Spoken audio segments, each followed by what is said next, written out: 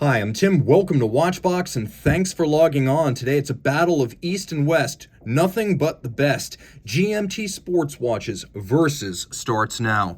Let's start with the new kid in town. Now, there is more than a little bit of air de famille about these two designs, but what we have here is the Grand Seiko GMT SBGM247, launched late in 2021. It's similar to previous models in this model line, but it has an extravagant green sunburst metallic dial.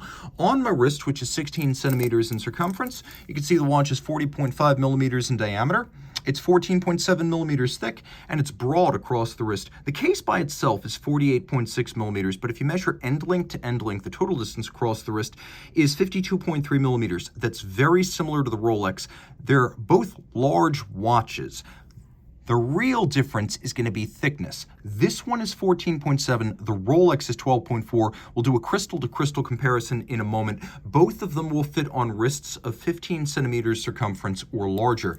Taking a quick look at the timepiece, you can see it's nicely made, but the bracelet isn't quite up to the standards of feel that you get with the Rolex bracelet. You can also see remarkably small diameter screws are used here. Those are a little bit more susceptible to stripping out, so be careful when using your screwdrivers to size this up. You can see that there is a smaller link, and we have those smaller links built in on each side, along with a clasp that is stamped and then perforated 4 times. So you have 4 divots. You can move the spring bar and change the anchoring point of the bracelet in the clasp to fine-tune the fit. We have a thick gauge, single fold swing arm, twin trigger release, and as you could appreciate, there is some contrast between the rolled bevel of the sides of the links, the polished outer faces, and then the satination across the top. There's a little bit of a taper, and then there is a conforming end link to close the gap to the case. The case is hand-finished. If you want a hand-finished watch, between the two of these, there's only one choice. Tin plate polishing, an art that takes 3 years to master. They call it Zaratsu polish, but that's just the Japanese name for Zalitz machine polishing.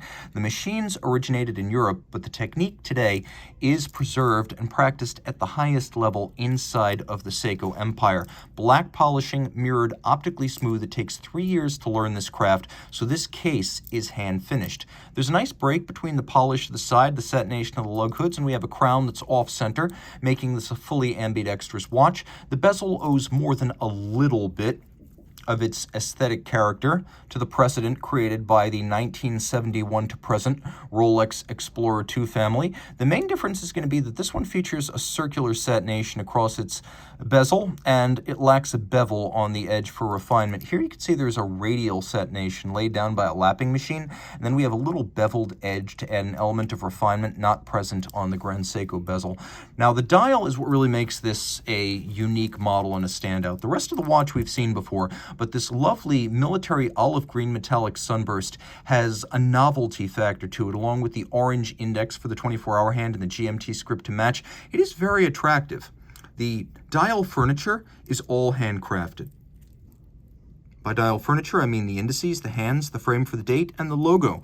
Artisans who make these components all day long on diamond-tipped micro milling tools are responsible for the fastening, which is sharp as razors, the breaks between satin and polish, and you can see that at play on the hands at center. And then those components are placed by hand on the dial. This watch is hand-finished externally, handcrafted internally, and that's before we get to the movement, which is crafted, tuned, and when the time comes, serviced by Grand Seiko watchmakers at the Shizuku Ishii studio in Morioka. Remember, Grand Seiko, 2 different assembly points. One is the Shinshu studio, one is the Shizuku Ishii studio. Shinshu makes all of the quartz and spring drive. The Morioka studio, Shizuku Ishii, makes these mechanical watches.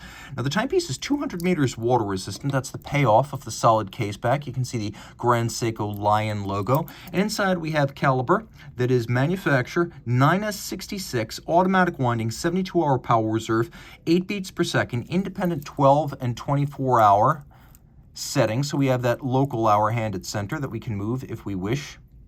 Once we screw the crown out, we can move that hand independently from the others on the dial. and you can see the watch continues to keep time. Drive the date forward or backwards as you travel, and then you pull the crown out all the way, and I should say it is very solid once withdrawn. That's not universal on luxury watches. Now you activate hacking seconds. It is a 35 jewel movement that's adjusted in 6 positions, and over 12 days of timing, the watch will run better than -3 + 5 seconds per day before it leaves Grand Seiko. Remember, COSC chronometer spec is going to be approximately 2 weeks of testing in 5 positions, not 6, and the tolerance is -3 + 6 per 24 hours. So this watch has the edge from that standpoint. Now, let's take a quick look at the Rolex. The Rolex was originally launched as a model in 1971. It became 42 millimeters in 2011, and this model, which is the 226570, this came out in 2021, so a 50th anniversary refinement. I wouldn't call it a redesign. There's some small changes. You can see the black at the center of the hands on the black dial variant, that's gone.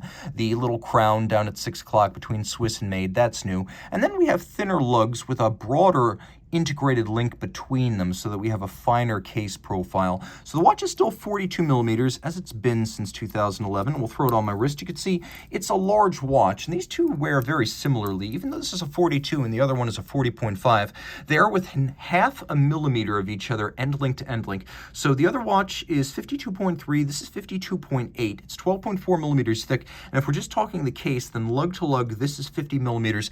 Both of these watches should be worn on a wrist that is 15 centimeters circumference or larger. Here we have the same movement as we have in the current generation GMT, the 3285 bidirectional automatic winding, 70-hour power reserve. We have both the 12 and the 24-hour time zones. The system for setting the local hour and the date works exactly the same here. We still have the hacking seconds. Both of these watches have large orange arrow 24-hour hands, and I'm going to go ahead and say Rolex set that precedent and Grand Seiko followed.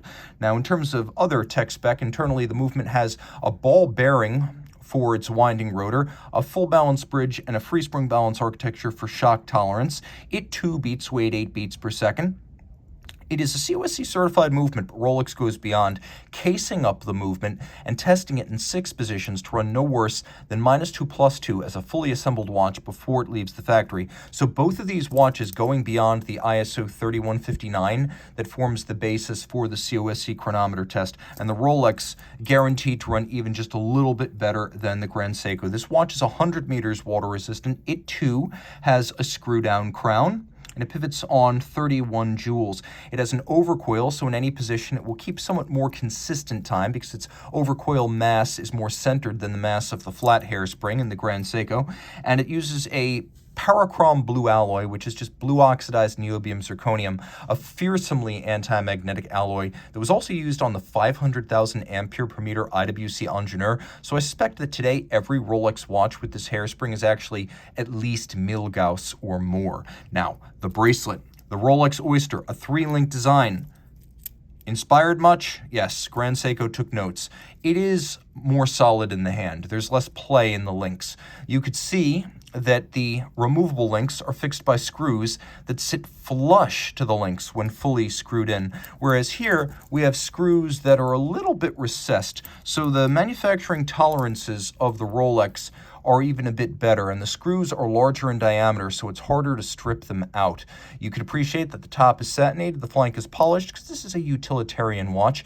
It too has the conforming end link and the taper, and we have a clasp with 2 locking factors. One is a spring-loaded beacon hook lift lock system. See how that pivots like that? And see how it latches shut as I close it. There's that lock, and then there's a second. So this is the Oyster clasp with a double locking system, polished internally, thick gauge steel, and we have Easy Link, which is a tool-free 5mm adjustment system, snap in, snap out, and then we have 3 divots inside the clasp, so you can move the spring bar in this one too. You have 3 different positions to change the anchoring point of the bracelet inside the clasp.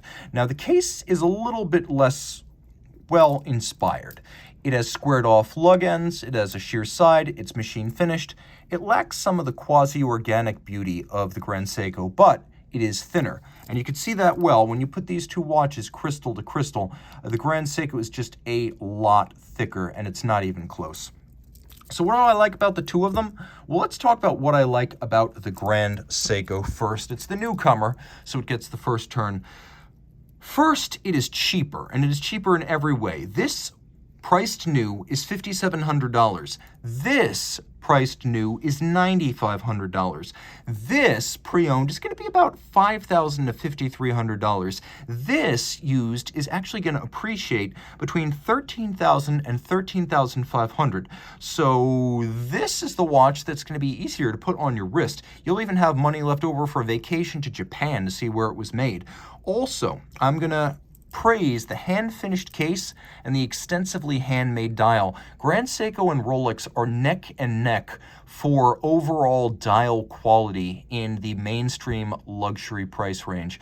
And I would say Rolex perhaps uses richer material with white gold hands and indices, but Grand Seiko uses those rhodium-plated steel hands and indices to create a basis for fine art, hand-finished and handmade. It stands out as a quality of this watch that surpasses this watch. And of course, there's that black polished Zaratsu finished case. Also, lower volume and less common. Fewer Grand Seikos are made than Rolex each year, and fewer Grand Seiko GMTs are made than Rolex Explorer IIs. Also, no brand baggage. Wear this, and folks who recognize it are probably going to be folks you want to talk to. They're not going to ask you, is it real? How much did it cost? Are you rich? And they're not going to case you to amputate your wrist from the rest of your arm. Whereas with the Rolex, they might do that. Also, it's a better candidate for a strap. Taking a Rolex off its bracelet is a bit heretical, but they also rarely look right unless the strap is custom made for the watch. Here, we have a standard 20mm spacing. It's 22 on the Rolex. And then we have little strap tool holes in the ends of the lugs, so it would look good on a strap, and clearly, Grand Seiko's intention is that you should try it out on a strap.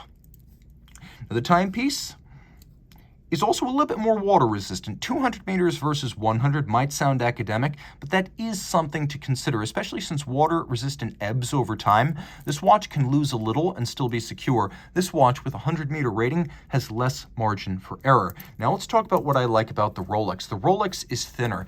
Although they have the same physical footprint across the wrist, the look of the Rolex sitting close coupled is more graceful, elegant, and refined. Enduring style. I mentioned that this model line started in 1971, and this watch looks enough like that original reference 1655 that a buyer of the first one would recognize this as a descendant of his model. There is no planned obsolescence. This design can and will change many times over the years. This is the one to buy new. Are you on a wait list? Can you get it for $9,500? If you can, buy with confidence. You could wear it for a year or two and then still sell it for more than you paid. Also, bracelet and clasp quality. It's not just the way they feel. It's not just that we have a double locking clasp. It's not just that here the clasp is made of thick gauge steel where it feels cheap and thin on the Grand Seiko. It's also easy link, which is very important. It's all of the features, right down to the larger diameter screws that fit flush to the links. Everything about this bracelet looks, feels, and is of higher quality than the Grand Seiko. Well, let's also say that this has a sort of universality as a status symbol. Rolex in any language means you are a person of means and stature. Not everyone wants that quality in a luxury watch, but I'll admit, since these are luxuries, they're superfluous to our needs, that status, stature, and image are a legitimate reason to buy a luxury watch, and you get that with a Rolex, less so with a Grand Seiko. And then, of course, there is the anti-magnetic quality of this watch. While neither brand will rate these watches beyond the ISO 764, which is 4,800 amperes per meter, with a niobium zirconium hairspring, this watch is, in practice, going to be much, much more resistant to magnetism than the Grand Seiko. Now, we'll put them together and we will declare a winner on the basis of lume, because I want you to see this firsthand, side by side, no artifice. Rolex and Grand Seiko both make their own lume, and they are of different colors. We have Lumibrite and we have Chromolite with Grand Seiko and Rolex respectively. The Rolex is better lumed and easy to read, so advantage Explorer II. Which one would I want? Well, to be perfectly honest, I like the look of this green dial, and on the basis of the green dial alone, I am making a 100% emotional decision to buy the Grand Seiko. This basically costs less than half of what you will pay for this in the real world, and I cannot ignore the value of this watch relative to the Rolex. Is the Rolex an eternal design, immune to planned obsolescence, more graceful and thinner on the wrist, and a better value if you can buy it new? It is all of those things, but I don't like the brand baggage of Rolex. I love the color of the Grand Grand Seiko, and I like the fact that the Grand Seiko is tangibly handmade and hand-finished in a way that no Rolex watch today is. On that basis, the Grand Seiko is my choice. Guys, let me know which of these two watches, with money as an object or with money as no object, would you pick for yourself?